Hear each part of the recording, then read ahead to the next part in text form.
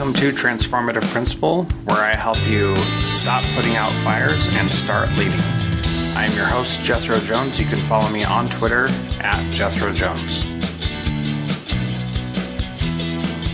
Welcome to Transformative Principal. Here we are, episode 501, and this is the first podcast that we're doing where we're really diving into coaching with Eric. And I'm not going to lie, I think it's pretty good. So I hope you enjoy it. What he started talking about is having a lack of control of his time. And as a principal, you totally get that, right? You are constantly putting out fires, even if you've done the work you need to do to be a leader and not just putting out fires.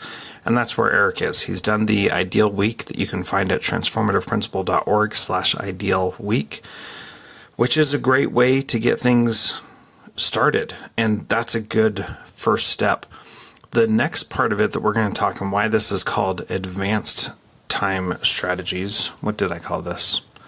Advanced time management techniques is because we go a little bit deeper and talk about some other things. And I really think we came up with some good ideas. So 3 strategies that we're going to talk about through this coaching is strategy number 1, just add more time to whatever meetings you're having and schedule that time in and plan on it going long. Don't have to tell everybody else that's what you're doing, but do that for your own calendar at the very least.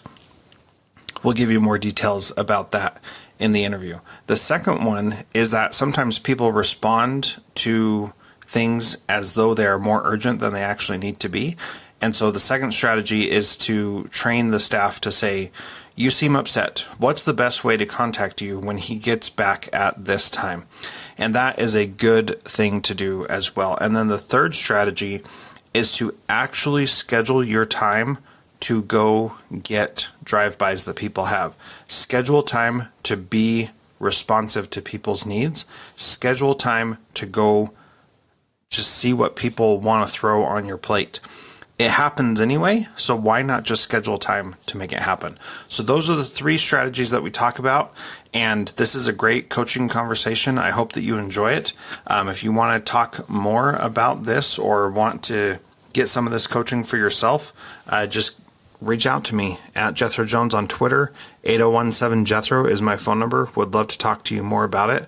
And this was a great conversation with Eric. I hope you enjoy it, and we will see you when this is over. One thing that is exciting about this conversation today is that this is episode 501 of the podcast, which is kind of a fun place to start with you taking over and starting to do things. And, you know, like I mentioned before, we have a bunch of podcasts already recorded, but this is our first official coaching type call.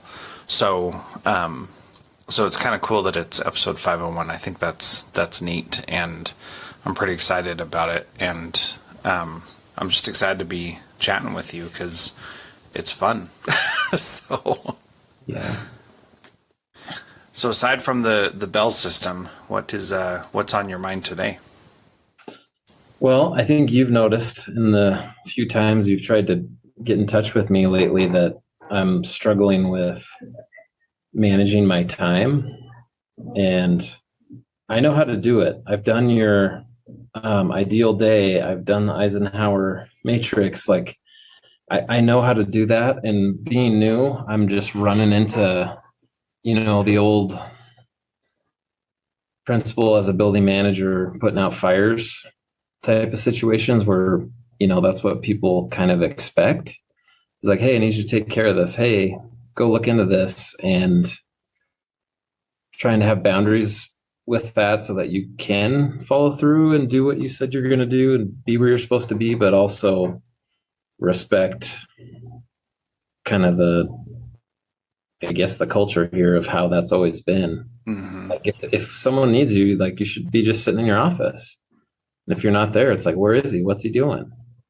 Yeah. How can he be doing anything more important than my emergency right now? Yeah.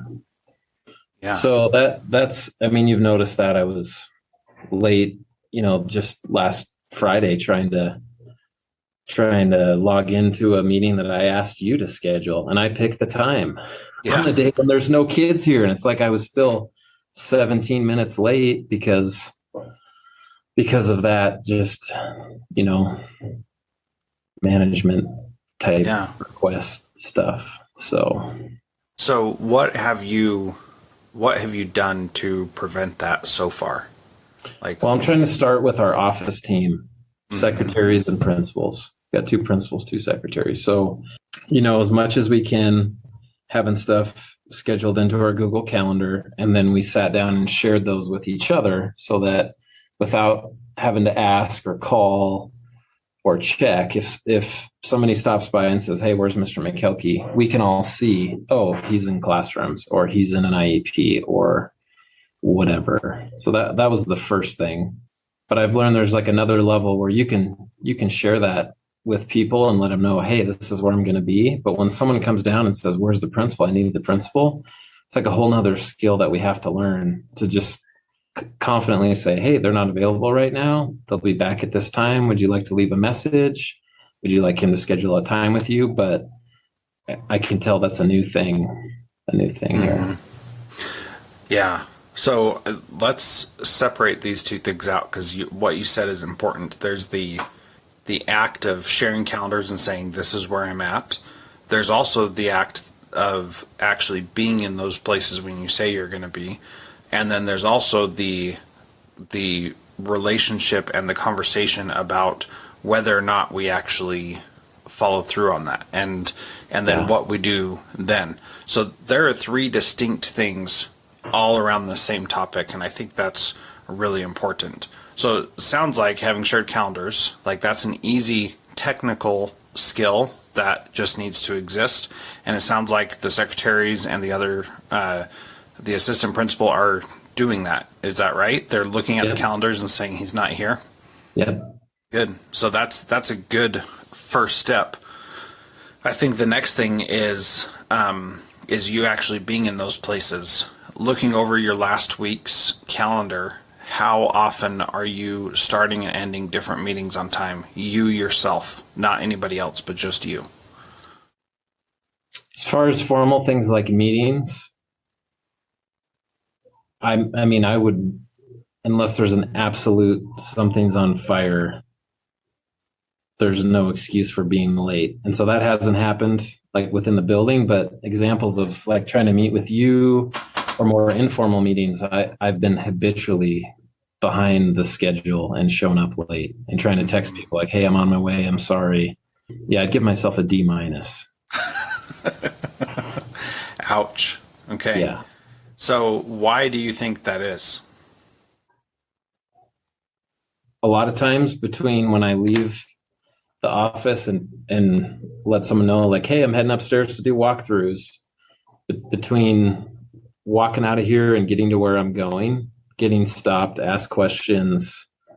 "Hey, I need help. I need this." You know what I mean? Like just kind of those, I call them drive-bys. So the drive-bys are preventing you from getting to places on time. And are meetings going longer than you anticipate as well? Somewhat, but we're trying to be really tight on, as a district, we're focusing on PLCs, and one of our norms for every collaborative team is start and end on time.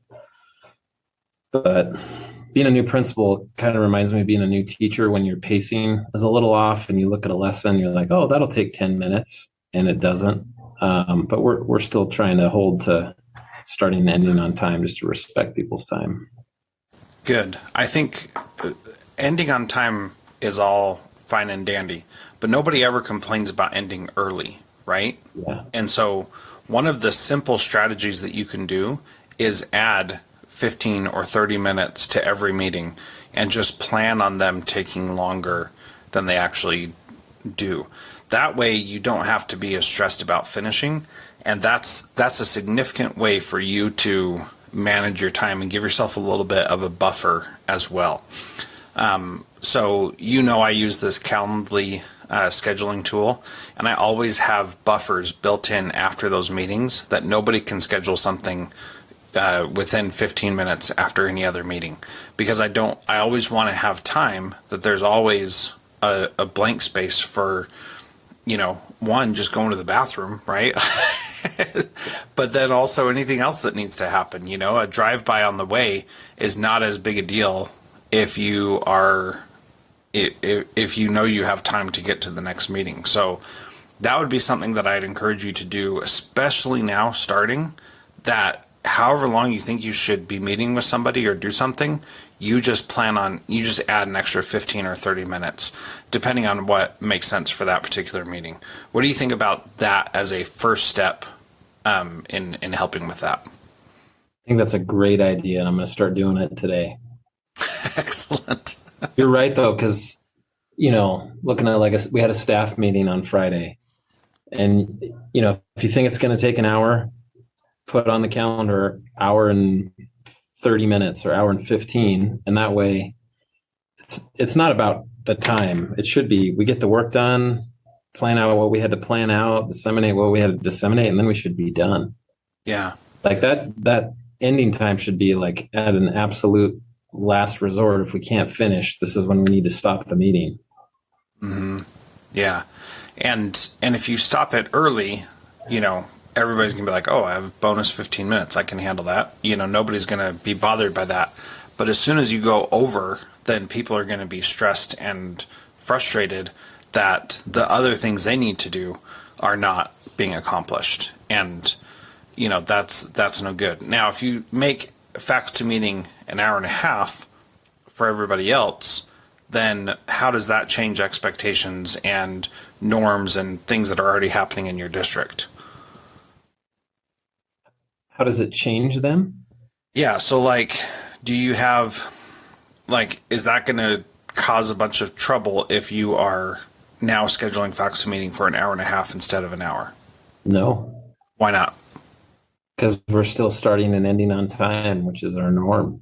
I think being done early and just dedicating more time is going to help me get more organized and be ready at the start of each meeting. And it's a win for everybody else. I didn't count on this planning time, grading time, whatever time. So I think that's within what we're trying to do as a district. Yeah, I think that's good too. Some people will be like, what is this? Why are we meeting for an hour and a half instead of an hour? That there may be some complaints. And the other part of this is that you don't have to share that that's how long you're scheduling the meeting with everybody, but that's how much time you're booking for yourself. So There are two strategies to doing that. One is tell everybody this meeting's now an hour and a half instead of an hour, or just tell your own calendar this meeting is an hour and a half instead of an hour. And you're not available for the next meeting until 10:30 instead of 10 when you usually would have been, for example. Does that make sense? Yep. Okay. So you have something very unique in your district also where Fridays are different than in most schools. Will you explain that a little bit so that we can understand that? Because that, I think, is going to add into this as well in just a minute. Yeah. So there's 3 different colors of Fridays on our calendar. Red ones mean no staff, no students, which I couldn't believe it. But it also means building administrators are not expected to be here. Yeah. I've never heard of that. Woo, that sounds like a great day. It does. And but the first one of the year, I came in all day to get ready for stuff and still didn't feel organized. So I guess ideally those would be a day off, but we're not there yet. So those are red. Blue Fridays, our staff are here from 8 to noon, and kids can either come of their own free will or be required to come from 9 to 11. Failing grades, making up work, missed class, or a behavior consequence. And then the third color are Black Fridays, which are 8 to 4 full day staff in service. So when we do district-wide things like PLC training, curriculum work, school safety training, those are just days the district kind of protects and let staff know that, we're not going to approve leave requests, and this is relevant to everybody K-12. Usually the training is done as a whole district. So it's kind of nice I like the idea, trying to differentiate, take some Fridays off, for staff, but have about 10 a year that are relevant full day PD and some half days with kids in between. Yeah. One thing that's interesting here is that because you have this day where you can do meetings and meet with teachers, then your meeting time with teachers becomes more important, I think, to have those firm limits. Most of the time, you only have the teacher's prep period to work on things, right? And Right. so most of the time you don't have unlimited time. But I can see how in your specific case, Fridays could become those days where it could take, you could fill your day with meetings very easily, even on the day that teachers only have to be there 8 to 12, right? That they could want to meet with you after that time, which is fine if they want to do that, but that's, time that that could easily get away from you and not be focused. I could see how that would be very easy to happen. Is that part of what you're seeing, that these Fridays are giving you more time to meet with teachers, which can be a good thing, but then also makes it more difficult to get all the meetings in you need to? Yes, and that's what happened last Friday when I was trying to meet with you, because it was a half day, a Blue Friday. So a lot of staff PLCs meet on those Fridays because it's like we're not trying to find common planning or after school time. It's before kids show up for Friday school. Well, I went to 2 or 3 of them that morning, and I walked out of every one with a list of, hey, this content area has these questions about curriculum. This content area asked for these assessment results. This content area needs help with a technology thing. And you just go from, meeting to meeting, and your list of things you need grows exponentially. Mm-hmm. Yeah. And that seems like an appropriate place, though, for those requests to come up, right? Yeah. So that's not a bad thing or something that's not working. That's actually working. And ideally, that would be then reducing the drive-bys that would happen because you have that time set aside to do that. So is your time scheduled to be in those PLCs with them, or is your time scheduled to be floating around among each of them? I've just asked each PLC facilitator, like the leader of the content area, to invite me to all of those, and then I've told them all always either accept the calendar invite or hit no if I can't make it, and that way they know ahead of time if I'll be there. Okay, gotcha. So you're basically going to be pulled in a bunch of different directions all the time for this. Yeah, right? and I tried to be proactive with that because I know start of the year you're always optimistic about your schedule and your day-to-day duties, especially being new. So one thing that I stole from somebody else is in our PLC agenda template that I shared with our different PLC teams, there's a quick Google form that they submit a link to their agenda, and then they mark yes or no that they had an admin question or need help. And that way I get an email after they meet, whether I'm there or not. And they know if they mark yes, we have a question for admin, that I'll read that first, get an answer first, and get back to them as soon as I can. Some of it may just be them seeing that I'll actually show up and fall through. Yeah. They may not be used to that yet. Yeah. Is he really serious about this? Let's test it out. Even if they're not saying that, right? They're still wondering it, and you want to be sure to follow through on that stuff. Before we move on, let's hear from our sponsors. Okay, so the other aspect of this, we talked about 2 parts of it already, adding extra time, and then we didn't talk about training your staff to respond appropriately. What do you think needs to happen there with your secretaries and your assistant principal? What are the challenges you're seeing, I should say, that is preventing them from doing that? I think it's just a new thing, because when people come in, whether it's a student, staff, parent, the superintendent, whoever, if they come in and just say, hey, I want to talk to the principal, the expectation has been, yeah, he's right here. Here you go. Mm-hmm. So that's kind of new and uncomfortable. But I think just giving them the confidence, hey, this is what you tell someone if they stop by, and one of us is not in our office because we're somewhere else on the calendar. Hey, they're not available. This is when they'll be back. If you'd like me to leave a message, I'll make sure they get back with you when they're done with their meeting or their classroom time or whatever.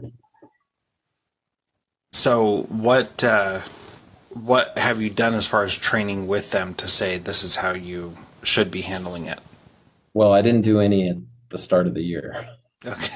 I assumed. and then I, one of our secretaries was like, hey, this is what happened. And they came down and they demanded, the principal or assistant principal. And I wasn't sure what to tell them. And it's like, hey, even if they're mad, even if it doesn't really matter who they are. We just give them the same respectful answer. They're not available till this time. And it's one of those things, like, you have a rule and then people wonder, like, well, what if they're really mad? Does that mean I can just tell them to have a seat in your office and you'll be right there? Well, if it's an emergency, like someone's at risk of being harmed or something like that, sure. But if it's not an emergency, just be calm, be respectful. Hey, they'll be back at this time. I'll make sure they get back to you. Yeah. And almost nothing is really an emergency, by the way. I mean, there's very few things that really are like, we need someone right this second. And in my opinion, if it's really like that, then you're probably going to be taking some school-wide action to deal with that situation. Like a lockdown, shelter in place, something like that. Because, if a good example, I had a student once who had a diabetic reaction, and we had to call the ambulance. And so we put the school in shelter in place so that the student could have privacy and the ambulance could come, could get her and take her away, and there weren't like a bunch of kids in the hallway when that was happening, because then everybody just gets nosy and wants to know what's going on. And so that kind of a thing, that was only with one student, but it did affect the whole entire school because we needed to react right at that moment. And that's just something that, we just got to deal with sometimes. But other things, like if somebody's really upset about something and they're just angry, honestly, almost all the time, it's better for them to cool down before you actually get together and meet. And so those are wise things to do. What are the challenges you see your staff having with that idea of giving a respectful answer? He's not available. He'll be back at this time. What are the challenges you see your staff facing with that? Why wouldn't they do that? I think if the person requesting a meeting is angry, that they kind of default to like, oh, we better keep them happy. We better appease this person because they're angry. Or if it's, I think that's the number one thing I've seen is like when someone calls and is, calm and, hey, I just had a question for an administrator, that seems to be pretty consistently handled. But if it's like someone who's upset, it's almost like, wait a minute, well, what about this person? Because they're really mad. I think it's kind of like an intimidation factor almost. Yeah. It's a lot more challenging, I guess, to tell an angry person like, sorry, they're not available right now, versus someone who says, hey, this isn't urgent, no big deal. Those kind of people are pretty easy to tell that, hey, they'll be back with you at this time. Yeah. And I think intimidation is one way to put it, and I think there's definitely an aspect to that. The other way to put it that I think adds to it as well is that they are in a customer service position and they want to serve people. And when people are upset, they want to make sure those concerns are resolved as soon as possible. And I think a little wrinkle to add to it to help them would be to say something along the lines of, you seem very upset about this, or you seem very angry, or you seem like this is a really important thing to you. I want to make sure that Eric gets back to you as soon as possible. What's the best way for him to reach you when he comes back? Mm-hmm. Something that shows empathy for the position that the other person is in, so that they feel like they're being heard, because that is often the very first thing that you can do to diffuse an angry situation, is make sure the person is heard, and then give a way to make sure they know that they will be a priority for you when you get back. What do you think about that? I think that's a great idea. Yeah. And then I know that's always something that especially parents wonder, like if they call or stop by and leave a message, is anyone ever going to follow up? Because I'm sure there's been times where people haven't. And so telling them that, hey, I can tell you're upset. This is important to you. I'll make sure they follow up. Is this the best number to call or whatever, would help them realize like, oh, they take this seriously and I will get a call back on this. I think that's a great idea. Yeah, and a couple of things that you can do is you can say, I will call you back at this specific time when he's in the office, and get him and either get him connected to you or tell you why he's not able to deal with it right this moment. Adding that piece in, saying at 4:00, I'll call you and tell you what's going on, or I will connect you with him so that you have some follow through. Those are really little things that can make a really big difference to the people who are frustrated and upset. Okay, so the third thing that I want to talk about, and then we'll wrap this up. What are the proactive things that you can do to prevent these things that are keeping you late in meetings and making you run over and making you late? What are some proactive things you can do to prevent this from happening? Well, I try and find quiet time daily outside the school day to get the management stuff done, emails, forms, all that kind of basically office busy work, to try and be more available and get in classrooms more. But there's only so much of that I can do and still have a marriage and a family. That's right. That's one. I try and do some regular stuff that maybe traditionally is in a staff meeting that could easily be in an email. Mm-hmm. So I send out, it's a Todd Whitaker thing, like the Friday memo with just your basic information, dates, deadlines, upcoming events, things like that, to try and get that stuff out there in a way that doesn't require a meeting or questions and people asking. A big one that I learned from a great secretary years ago is all the reasons why staff come down to the office. They always want to know, like, hey, can you share this with me? Can I get this? So we made a thing we call it the master doc that has like all of the pertinent information, schedules, staff info, computer information, sports, all the stuff, handbooks that we just share with our staff to try and empower them. Like, here, everybody has the information they need, and there shouldn't be any questions about where's this at or what's the bell schedule look like. That should all be shared with everybody so that they can see it without having to email, call, or stop by. Good. Those sound like really good things to do. Making sure people have information, making sure that it's communicated out so that the drive-bys are not happening as much. Quiet time outside of school hours, I think, is good, but at the same time, that has to be very limited, because you have to be a husband and a father, and you already are going to have, supervision and things like that are going to take away from that. So a lot of people say, what do they say? People during the day, paperwork at night.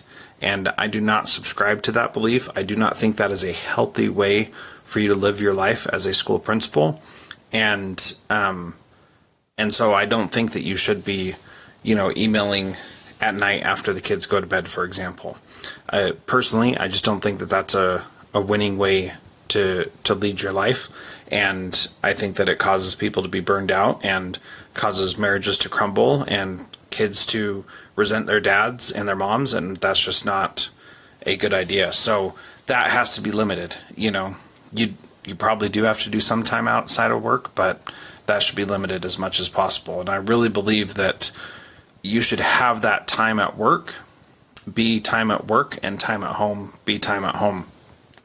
And this is a really hard thing for a lot of people to get, because they feel like they have to be constantly responsive. And so I'm saying this for you, but also because I know a lot of people who are listening are struggling with this right now, especially at the beginning of the school year.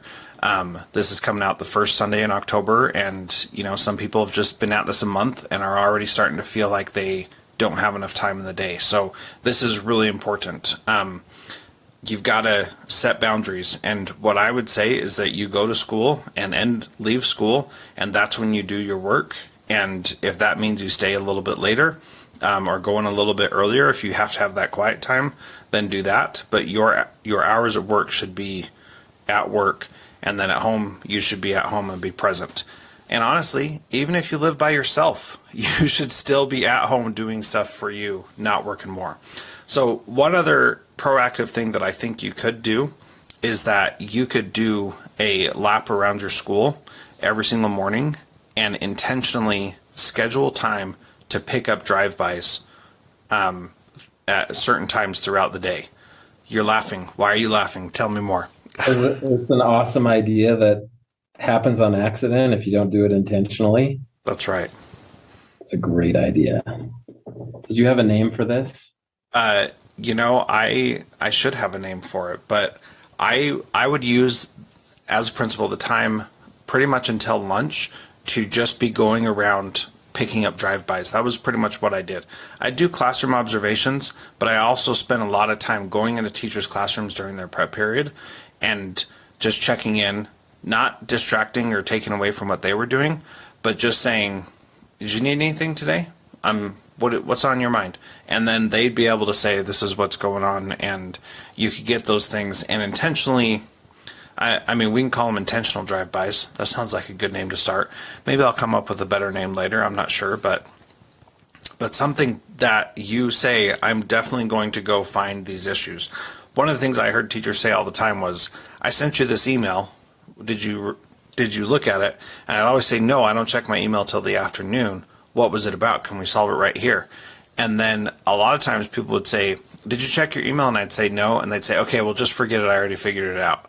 And a lot of times, solving that problem beforehand really can happen if we allow it to. So I think that's a fun strategy to just go get those drive-bys at a certain time each day and just block off an hour to go cruise around the campus and to see what people need. And that's an easy way for you to to just pick up that stuff that's going to happen anyway.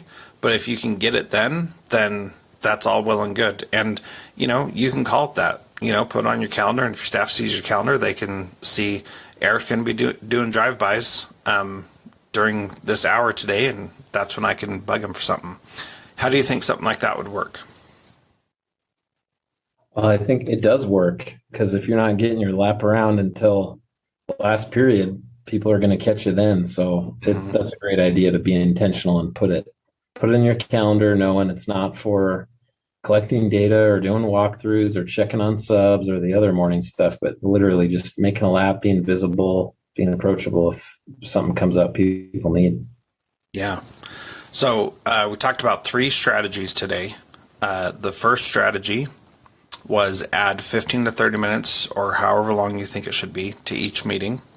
The second strategy was for your staff to say, you seem upset.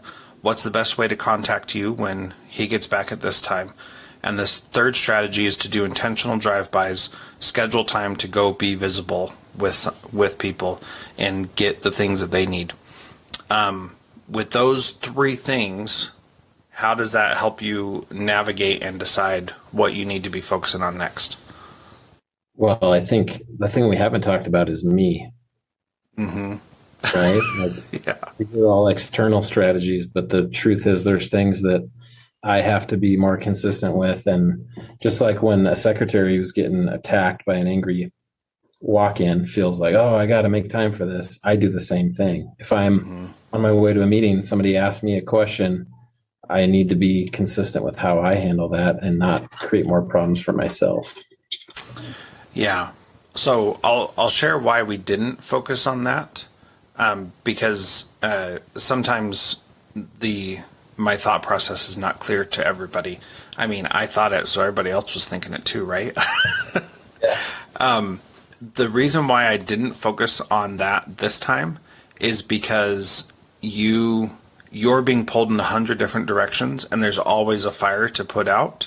And so without some other strategies built in to catch some of that firefighting, I don't think that you are even capable, I don't mean that in a bad way, you just have a million things going on. And so without some strategies to help deflect some of those things, you're not even going to be capable of doing that yet, because you're not going to see, well, if I go walk around for an hour, I'm going to collect all these things, and then I'm going to see that that is taking care of that piece. Now, you still have to be true to yourself and have integrity and say, I'm on my way to a meeting. You can walk with me, or we can schedule a time, or you can email me. Any of those things work, but this is where I'm going and what I'm doing. And because you don't have any of these other places set up to catch these things, then that would be very hard to do as well. Does that make sense? Yep. It's proactive systems. Yeah. Putting systems in place so that you can be a dummy.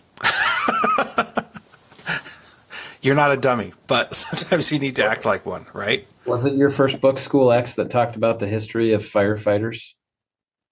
I don't know. You're the one who's so good at quoting my books back to me. So I haven't double checked this, but I think it was in your book you talked about how the fire departments were overwhelmed with fire calls, and they were constantly just getting called out the fires, that they had to come up with a proactive system. Was that you? Was that your book? Honestly, I don't know, but I can't wait to find out if it is, because this would then be the second time you have quoted something directly from my book back to me. But that does not sound familiar to me. It might have been a Todd Whitaker book, but that was the motivation behind having like fire districts and having like a centralized place to call in, because I think it was in Chicago. Like different departments would pull up with their wagon and someone was already there, or the police were there, or the hospital was there. And it was just really messy and inefficient. And that's kind of how I've felt to start the school year, is like, by the time I get to an email, oh no, so-and-so already took care of it. Okay. We can be more proactive and set these things up. So those are great strategies we were going to practice. I've already got I called it morning drive-by lap on my calendar. Awesome. Good. And your phone or walk-in response written down. We're going to practice. So thank you. Those help. Yeah. Well, good. So this is pretty fun. I'm glad that we're doing this, and I think this is going to add a new wrinkle to the podcast as people watch you grow up in this position over the course of this year. I think that's going to be a lot of fun, and I'm really looking forward to it. Me too. Thanks, Jethro. You're welcome. So typically we ask a question at the end of what's one thing that a principal can do to be a transformative principal like you, but I think we're going to go back to our mastermind ending question with the end of this podcast, which is what was most valuable to you today? From all we talked about, what's the thing that to you is like, this is what I need to do? It doesn't need to be something that I said, but can be a revelation or inspiration that you had. That'll work too. Well, if I had to pick one thing, it's your morning drive-by lap.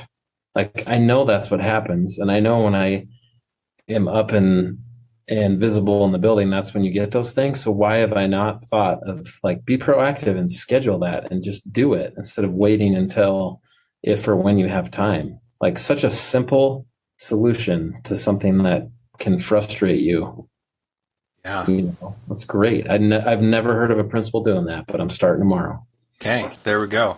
I'm excited to hear how it goes. And next time we'll talk about how that went and what you learned from it, and talk about whatever other things you've got on your plate.